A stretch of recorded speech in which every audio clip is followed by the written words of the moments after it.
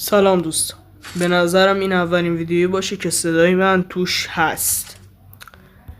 دوستان، من یه روز داشتم تو یوتیوب میچرخیدم که برخوردم به یکی از دوستانی که یوتیوبر بود و اولا 60 تا ساب داشت و شاتای بالی میزد. شاتاش بدی نبود. خلاصه بعد من به زیر اون ویدیو کامنت گذاشتم و بهش گفتم که بیا بریم یه کاستوم. ایشون هم قبول کرد و بریم که با هم داشته باشیم.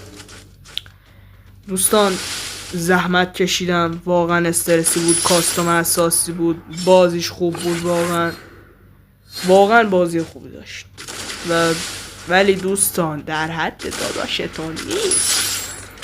اسنایپ داداش یه چیز دیگه است. دوستان، خدا وکیلی تمامی راندا نوشته، اصل راندا هم میذارم، آیدی ایشون هم میذارم، آیدی پیجشون هم میذارم براتون و تمام چیزها رو میذارم که نگید فیکه و تو داری دروغ میگی.